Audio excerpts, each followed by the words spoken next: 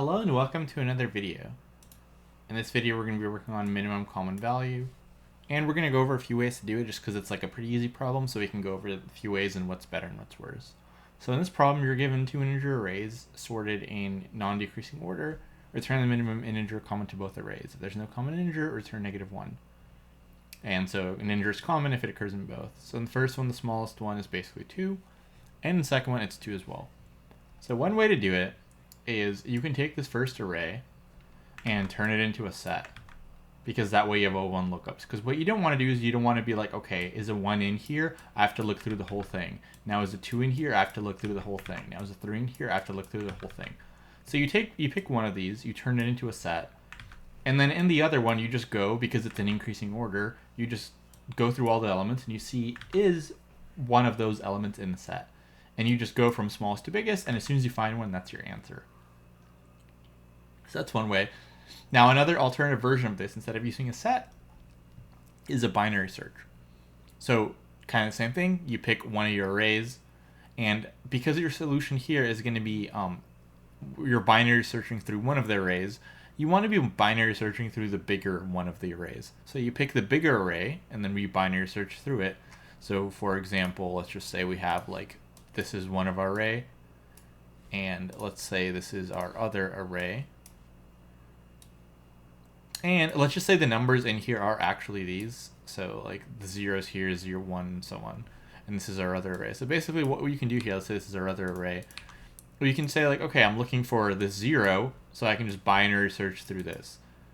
And you find it. And let's say the 0 isn't in here. Like let's say the 0 isn't in here. Let's say like the 4 isn't in here. The 1 isn't in here, and so on. Like let's say this is our array. So it has these elements 2, 3, 5, 6, 7, 9. And 2, 3, 5, 6, 7, 8, 9, and the other one has all of these. So you basically check like, okay, is 0 in here with a binary search? Is 1 in here? Oops. Is 1 in here with a binary search? Is 2 in here with a binary search? 2 is in here with a binary search, so that's my answer. And now if this is n and this is m, now we get a solution that's n log m. But there's a better way to do this. Well, not necessarily better, but assuming your arrays are roughly equal length, you can actually do this with 2 pointers without using a hash set. And so the idea here is you start out at both starts, and then you basically figure out like, are the values equal? And if they're not, what do I want to move? So let's actually use a this. It's going to make it cleaner. So we have 2 pointers. So essentially we just say like, okay, these values are not equal. Well, there might be a value here that's 2. We don't know, right? So there might be a value here that's 2. So which one do we want to move up? We want to move up this one. So as long as this number is lower than this number, we're going to keep moving this one up to try to find the 2. So we're going to move it up here. It's still smaller, and we find the 2, and then we return. Now let's just say the 2 isn't in here. Let's do some other example. So let's just pick some other random numbers in here, and let's look for those. So let's say we have like a 4, 6, 10, 12. Something like that. Okay, so let's kind of walk through a dry run of this one. So once again, in this case, 2 is less than 4. I wonder if I can actually, yeah, there we go. So let's just put these in to make sure these numbers in the array. Okay, so 2 is less than 4. So obviously, like, the 2 can't be in here. There can't be a 2 in here because this is an increasing order. So we want to move this one up. So we're going to move it up to 3. Then there still might be a 4, so we have to move it up again. But obviously this 3 can't be in here because 4 is the number we're on. We already checked everything before this, and we didn't find the 3. So we're going to move this up again. So now this is 4 and this is 5. So obviously 4 can't be in here because we've checked everything here. We didn't find a 4, and now we're at a 5. So like, we know a 4 can't be in here, but a 5 can be in here. So we're going to move this one up. Then same kind of thing. Now we know a 5 can't be in here because we've already walked through this, and the number we're at is 6, and we didn't find a 5. So we're going to move this one up, and now we have the same number, so that's what we'll be returning. So that's kind of the idea, is you have 2 pointers, and if the numbers are equal, you just return it. If one number is smaller than the other, then it's a possibility for the bigger number to be in the other array, but it's not possible for the smaller number to be in the array that has the bigger number. And so that's kind of what we're going to use. So we can code that up. So we can just use like I and j or something. So we can say I and j is 0 and 0. So I is going to be the index in nums1. And j is going to be the index in nums2. So we can say while I is less than the length of nums1, right? We have a valid index, and j is less than the length of nums2.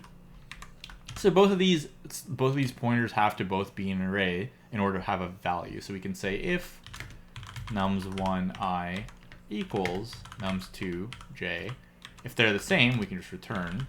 So we can just return one of them, doesn't matter which one. Now, if nums1i is greater than nums2j, that means that nums2j can't be in nums1i, or it can't be nums1, because we would have already seen it. So the bigger number can't be in the smaller array, so we'll just keep incrementing the smaller one and see if we get the bigger one. So in this case, we will increment j. Otherwise, nums2j is bigger than nums1i, so we will just increment I. Because the other cases, they're equal, and we already took care of that. So it's either equal, one's greater, or the other one's greater. And if we were able to go through this whole loop and we didn't find anything, then there is no match, so we just return -1. So it should work. Let's take a look. And this, on average, I think is going to be the most efficient because binary search is like m log n or n log m or something, right? So let's say these are both, how long can these be? These are both 10 to the 5th. That would be like 10 to the 5th times log 10 to the 5th for binary search. But this solution is 10 to the 5th times 2. So obviously it's faster. And we don't use any space, we don't use any hash set or anything. So here we can say time is O of n plus m, right? Now, binary search can be better depending on how you're doing it, right? Because let's look at an example where binary search is bigger. Let's say n is 10 to the 5th, but m is like 5. You can make the value such that you would have to go through this whole thing and through this whole thing. So that would be like 10 to the 5th. But if you binary search this, then you can get like 5 log 10 to the 5th, which is obviously going to be better than 10 to the 5th plus 5, right? So in some cases, binary search is better, but I'd say on average, it's not. And space is O1 for that and the binary search. But yeah, as far as the runtime, like, you just run it a few times and it gets faster. So yeah, I think the 2-pointer is reasonably easy to figure out, or the binary search, either one. I definitely think if you could only come up with a hash set, definitely look for a better answer. The hash set is kind of obvious. The worst one is definitely just, would be basically like while, or I'm not going to write it out, but basically go through all the numbers in here and just check, is that number in here? Because that would be n times m. That might even fail, to be honest. That probably will fail if they're 10 to the 5th. So yeah, definitely for these easy problems, we want to come up with a few ways to do it. And it's very common that the best solution to the easy problem is actually like a hard problem. So this is definitely not a hard problem. It's maybe like a medium or something. I don't know. Medium to easy, but yeah. So anyway, if you did like this video, as always, please like it and please subscribe to the channel. So I'm almost at 1,000 subs, so thanks you guys for that. And yeah, I'll see you in the next one. Thanks for watching.